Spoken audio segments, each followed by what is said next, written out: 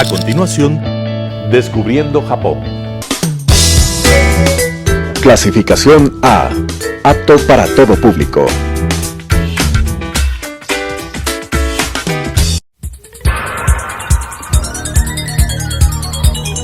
Las opiniones vertidas en este espacio por la producción y dirección del programa son de exclusiva responsabilidad de sus autores y de quienes intervienen en ellos.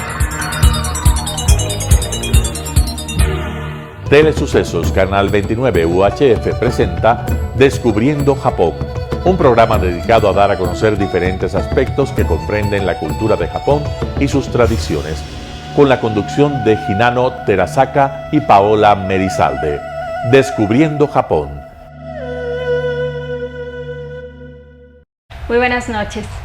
Este es un nuevo programa de Descubriendo Japón y agradecemos este espacio a Telesucesos por brindarnos esta oportunidad y poderles brindar más información sobre la cultura de Japón. Para nosotros como Embajada del Japón en Ecuador es un gusto acompañarles o que nos acompañen también en este nuevo programa. Les agradecemos nuevamente por acompañarnos y estar con nosotros, y junto con la señora agregada cultural y política de la Embajada del Japón vamos a presentarles otro interesante tema que tiene la cultura de Japón, que es el idioma japonés. Me imagino que muchísimas personas estarán muy deseosas de conocer sobre aspectos generales que tiene este tan interesante idioma. Sé que tal vez muchos no han tenido mucho conocimiento sobre este tema, y por eso justamente es que queremos presentarles a ustedes este programa para que ustedes puedan profundizar sus conocimientos sobre el idioma japonés. Yo le voy a dar paso a la señora agregada cultural de la embajada para que les haga una pequeña introducción sobre lo que es el idioma japonés. Muchas gracias. Muy buenas tardes y muchísimas gracias por acompañarnos. Para dar inicio a este programa, me gustaría hacer una pequeña introducción sobre el tema que será tratado ese día por nuestro experto. La lengua japonesa es, en Japón existe bastante dialectos. Sin embargo, con 99% de la población está utilizando el japonés. Eso se puede decir que Japón es homogéneo lingüísticamente, y para un japonesa es muy complicado, pero también es muy maravilloso. Y el lengua hablada china y japonés son completamente diferentes. Sin embargo, una parte del sistema de escritura de japonés sí proviene de la lengua china, que se llama kanji. Y a japonés añadió también dos escrituras fonéticas más, que se llama hiragana y katakana. Y esta noche los expertos de idioma japonés nos explicarán perfectamente sobre la historia y la constitución del idioma japonés. Muchísimas gracias, señora agregada, por esa introducción.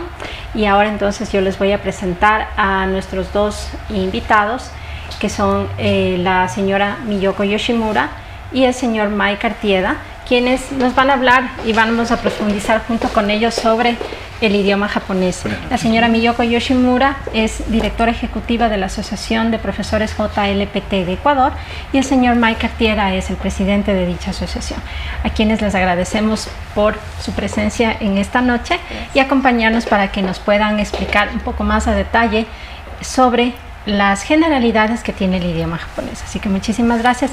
Yo creo que le doy paso entonces a Mike, el señor Gabriel Artieda, para que nos pueda iniciar esta presentación. Muchas gracias. La verdad es que estoy muy emocionado porque es la primera vez que enfocamos un tema tan importante para las personas que están interesadas en estudiar este maravilloso idioma. Me presento, mi nombre es Gabriel Artieda, me conocen como Mike. He venido acá a esta presentación porque me han invitado muy cordialmente y me siento muy, más que todo, comprometido con la educación del japonés en el Ecuador, porque tengo una conexión, primero una conexión que apareció en la Universidad Católica a través de justamente la Facultad de Lenguas, y recuerdo que hace como en el año 2003, 2004, inicié con se podría decir mi investigación sobre los idiomas en general, y luego apareció el idioma japonés como parte de mis estudios en la Universidad Católica, y ahí conocí a la profesora Yoshimura.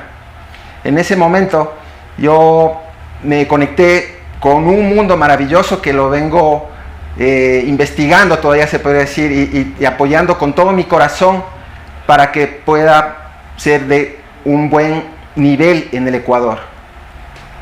Esa es mi presentación. Muchas gracias. A ustedes.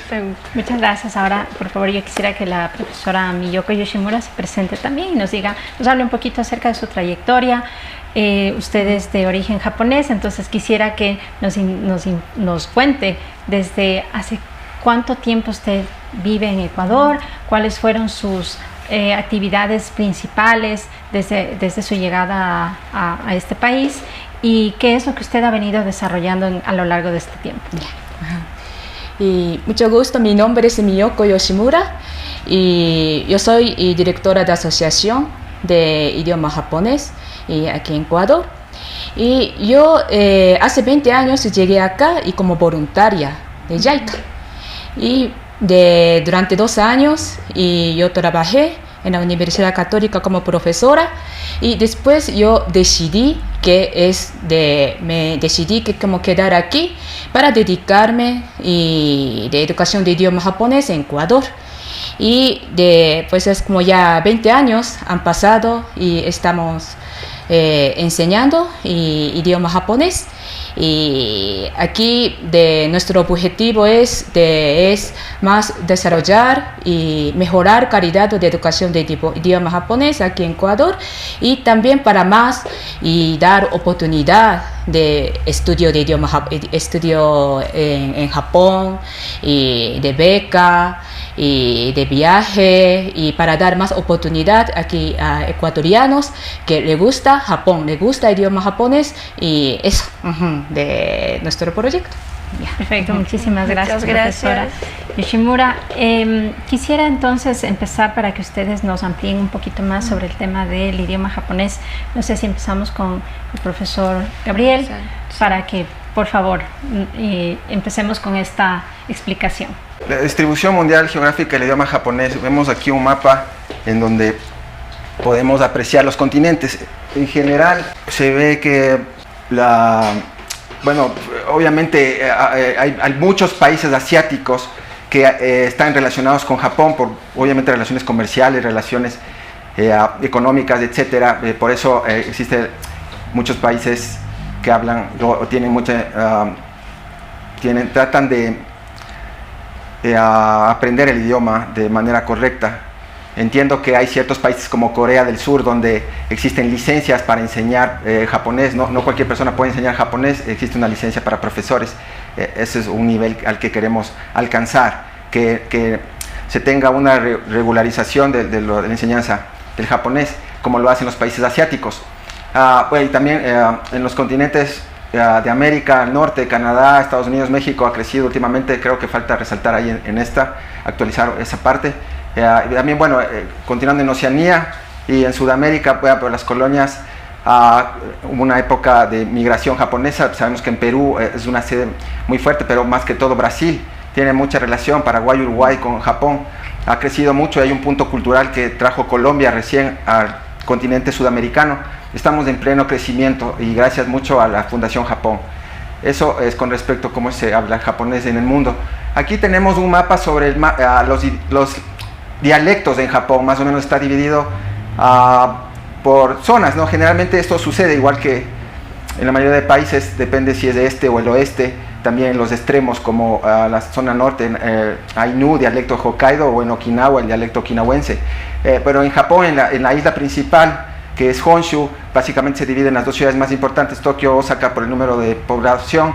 Y vemos, hay un dialecto muy conocido, Kansai, Kansai es dialecto conocido del oeste, donde es la ciudad de Osaka. A continuación, bueno, distribuimos esto. Ahí son silabarios, ¿no? Muchos hablan de abecedario, bueno, pero se trata de silabarios porque es la unión de 5 vocales, lo que es el katakana y el hiragana, y solo en sonido consonántico tiene la N, que se puede pronunciar con N o M. Bueno, tenemos aquí la siguiente diapositiva. Representan los sonidos fonéticos. Bueno, en hiragana y katakana existe algo que se llama en cambio los ideogramas kanji, y representan tanto el sonido y el significado. Y también ustedes pueden en algún momento investigar sobre furigana. Furigana es cómo se pone el sonido fonético sobre el ideograma kanji, puede leer el fonema. Bien, vamos a centrarnos en kanji, que es realmente yo diría la barrera para el estudio de japonés, porque los primeros silabarios se pueden memorizar con facilidad, más sin embargo son como 46 sílabas, tanto separadas entre unas adiciones, pero en kanji tenemos en los académicos aproximadamente 1100. Este número lo obtengo básicamente por la escuela, cómo se enseña a los niños en Japón. El kanji se enseña con tablas, y cada tabla está estructurada más o menos en promedio de 100, 200, 300 kanjis, y en total suman como 1100 los primeros 6 años de enseñanza del idioma japonés en la escuela japonesa. Por eso este sistema, que en realidad se adoptó de China, porque en Japón, bueno, la historia viene del idioma que no había escritura, solo había fonética, lenguaje oral, y a través en los años 400, siglo 3, 4, hubo una fuerte conexión con la cultura china, donde se pudo consolidar la parte escrita. Aquí tenemos la vocal A. Ese símbolo que tienen ahí es la vocal A, es la primera de los silabarios hiragana y katakana. Bueno, como les decía, este silabario tiene 46 componentes básicos, de los cuales también hay la opción de dakuten. Bueno, tiene el maru y tenten, que lo podríamos ver en otra diapositiva. Este es muy general. Adicional, este hiragana se usa para las inflexiones fonéticas, las terminaciones de verbos. En realidad el japonés es la unión de los tres, ¿no? O sea, primero empezamos con este hiragana, que como les decía, ahí tienen los 46, luego viene katakana, que bueno, el uso de katakana es para palabras extranjeras, y por ejemplo, cuando ustedes ven un mapa mundi en Japón, la mayoría de países están escritos, casi un 90% están escritos en este silabario katakana, a excepción de los países que se puede escribir con kanji, como China o Corea del Sur, etc. Y esa es la tabla de katakana. Fíjense con la anterior, si la comparamos, hiragana y katakana básicamente tienen el mismo número, pero hay ciertas diferencias en fonética cuando se combinan y se hacen un poco más pequeñas, que se puede hacer eso. A continuación, cómo escribir una frase en japonés. Como les había comentado, se unen los dos silabarios, hiragana, katakana y kanji. O sea, se puede usar la unión de los tres, eso es japonés puro. Bien, ahí hablamos un poco de la entonación, hatsuon, en japonés, los acentos. O sea, también es importante esto, porque aquí les tengo un ejemplo muy importante de 3 pronunciaciones de cómo se diferencia la misma palabra. Fíjense, tienen la HA, pero en romaji se pronuncia como la JA de español, ja, y SHI, que se pronuncia así. Pero estas palabras en diferentes tonos, si tiene el tono más fuerte en la primera o el tono más fuerte en la segunda, va a significar diferente, o si se mantienen neutras las dos, va a significar la tercera. Ahí vienen 3 imágenes, puede ser puente, puede ser los palillos japoneses, o puede ser un borde, un extremo. Adicionalmente, podemos mencionar algo muy importante de la cultura japonesa relacionado con el idioma, el keigo. El keigo se divide en 2, puede ser honorífico, puede ser humilde. Tiene que ver con el servicio. Personas que cuando uno habla en japonés y está, por ejemplo, haciendo un trabajo de servicio, tiene que usar un poco palabras de humildad, de respeto. Y también esto se aplica mucho en las jerarquías. Por ejemplo, la palabra sensei viene de combinación de 2 kanjis que significa experiencia previa, y esto tiene que ver con el keigo y el respeto a la experiencia previa, sensei, senpais. Muchas gracias. Es que, bueno, como en japonés es muy difícil explicar sobre el idioma japonés a los extranjeros. Entonces, muchas gracias por sus ayudas. Y desde este punto de vista, me gustaría preguntar a ustedes qué aspecto, qué punto es más difícil cuando enseñan el idioma japonés aquí en Ecuador. Sí, es una muy buena pregunta. Disculpe que me adelanté, pues Yoshimura. Es que son experiencias distintas, sí, yo pienso. nunca he sentido así como de enseñar idioma japonés aquí en Ecuador es difícil, nunca. Porque, sí. Porque primero es los estudiantes tienen harta motivación. Eso es más importante. Sí, ¿verdad? Ajá. Y sobre de pronunciación, tenemos 5 vocales, orden Sí. A, I, U, E, O. Español también tiene 5 vocales. Ajá. Y es por eso es como escuchar, es pronunciar y también no es difícil aquí para los estudiantes que hablan español, eso no es difícil. Y bueno, es por harta motivación, yo nunca he sentido de difícil. Gracias. De esto. Desde el punto de vista de avanzar desde una etapa, desde cero hasta poder progresar a un nivel intermedio y avanzado, desde mi punto de vista la principal dificultad para hispanohablantes me parece que es memorizar las lecturas y las combinaciones de kanji, pero veo que existe muchas personas que tienen mucha facilidad con los gráficos, memoria gráfica, y creo que a ellos les va muy bien para esta parte que es un poco difícil para quienes tienen dificultad con memorización gráfica. Sí.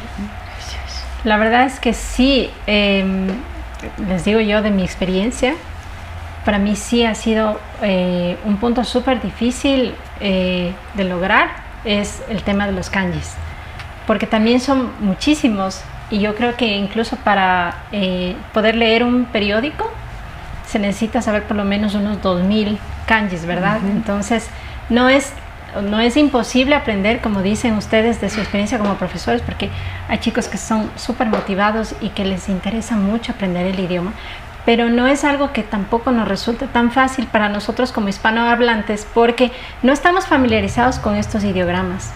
Y yo les digo que yo les admiro muchísimo por la labor que ustedes desempeñan, llevan a cabo aquí en el país junto con los otros profesores que forman parte de la asociación, que también se dedican su tiempo para enseñar el idioma.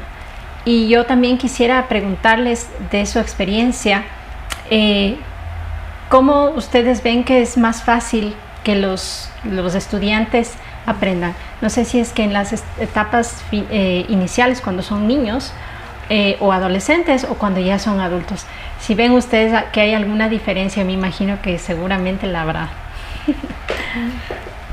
Bueno, hay que ser, viendo las estadísticas del Ecuador, en realidad los estudiantes niños de corta edad, no tenemos una estadística de un número alto. En realidad es un proceso, creo que en toda Sudamérica, a excepción de los países que tal vez Perú o Brasil o Paraguay o Argentina y Chile, donde realmente se ha desarrollado mucho. Ahora estamos empezando en Colombia, Ecuador, Bolivia.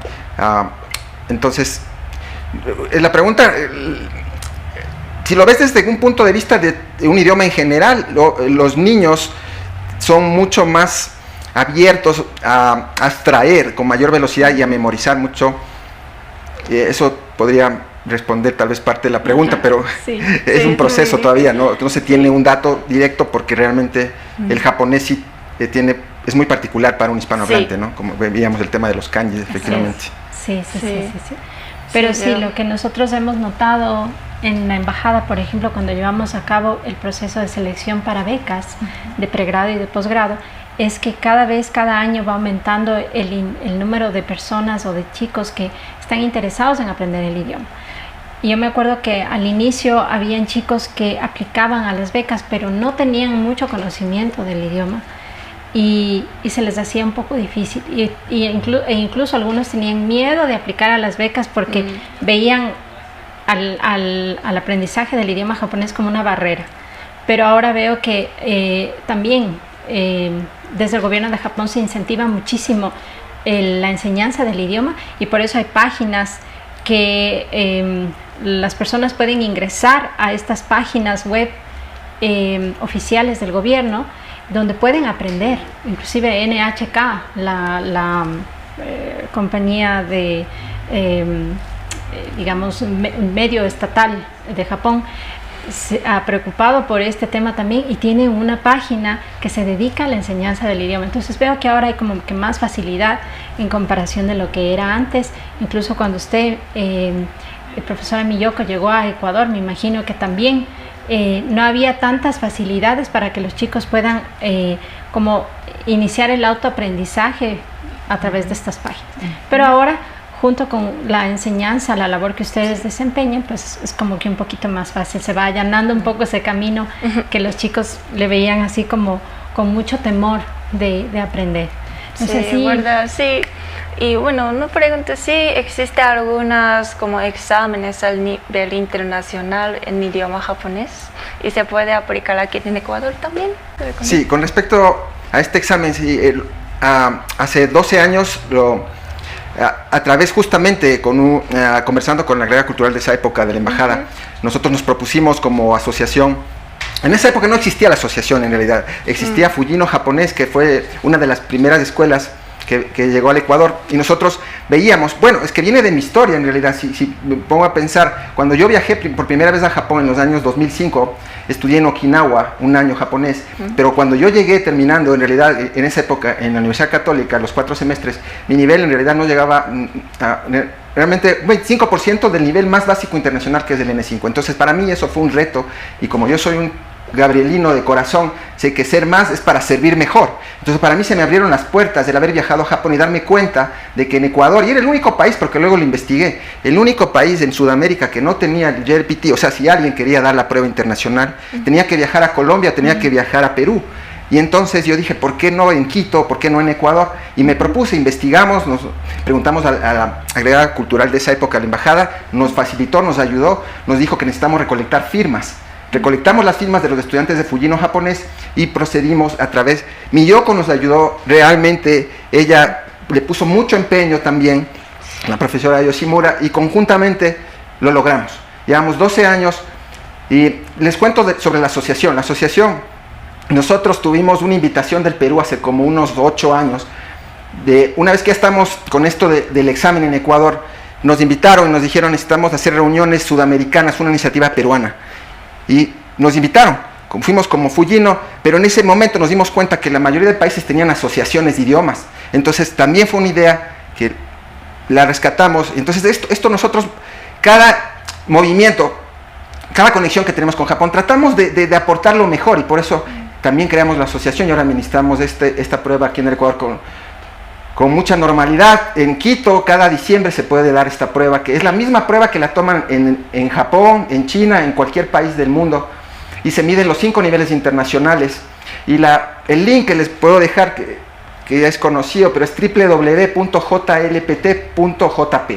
Ahí, a lo que ustedes ingresan en este link, pueden cambiar el idioma a inglés con las iniciales. Hay una pestaña que está la letra mayúscula EN, y aplastan ahí y se cambia todo, porque al comienzo todo aparece en japonés, pero al ingresar a inglés ustedes pueden averiguar cómo es el proceso de inscripción, a pesar de que en nuestro Instagram de asociación ustedes pueden también visitarnos y siempre estamos al día con todo este tipo de informaciones.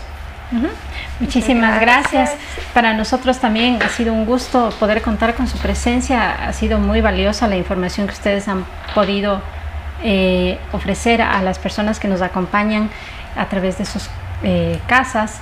Entonces les agradecemos mucho, y por nuestra parte pues damos por finalizado este nuevo programa de Descubriendo Japón. Les agradecemos muchísimo por acompañarnos y les invitamos para que nos acompañen en el siguiente programa, que vamos obviamente a presentarles otros aspectos interesantes de la cultura de Japón, como son las artes marciales, así que les invitamos para que no se lo pierdan. Muchísimas gracias. Gracias. Las opiniones vertidas en este espacio por la producción y dirección del programa son de exclusiva responsabilidad de sus autores y de quienes intervienen en ellos. Telesucesos, Canal 29, UHF presentó Descubriendo Japón, un programa dedicado a dar a conocer diferentes aspectos que comprenden la cultura de Japón y sus tradiciones, con la conducción de Hinano Terasaka y Paola Merizalde. Descubriendo Japón.